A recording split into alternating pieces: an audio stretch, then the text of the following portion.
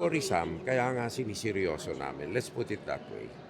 At I'm very happy na yung mga efforts ay na tutumbok itong mga network na to.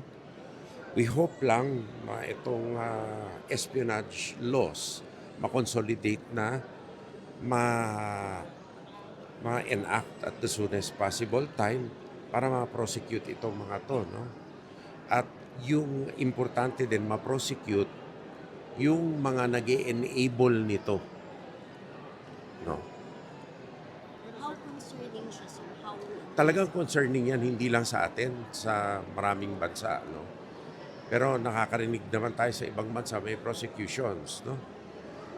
Dito gawa ng kakulangan ng batas, ang prosecutions ay hindi walang nangyayari, no? Nonetheless, we need to be able to solve not only the disruption nung mga network na ito, but the legal processing of this. Sir, with the recent aside doon sa isang staff po ng TFF, meron pa bang other po na under investigation? At tuloy-tuloy yung mga investigasyon namin, no? I won't be able to talk about it, no? Seryosong effort ito, seryosong endeavor ito. sir, with the recent apprehensions, would you be able to say kung may particular sectors ba na vulnerable talaga? Lahat ng sektor ay vulnerable eh. Kasi ang key dito, makapasok sila sa sosyedad or matumbok din natin ang ating digital infrastructure network, no? So, lahat ng sektor. At ang pakay nito ay purpose. Hindi lang naman yung impormasyon na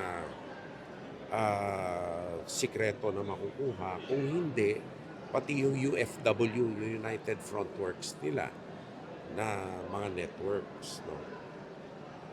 Katulad nung isang nakita ko sa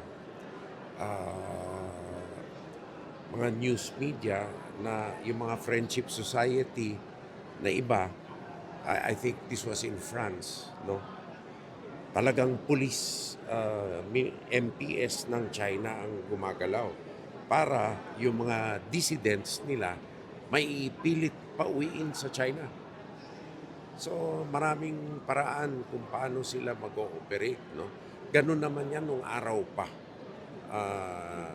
Bago pa maging People's Republic of China, yung Chinese Communist Party, ganun na talaga kumilos.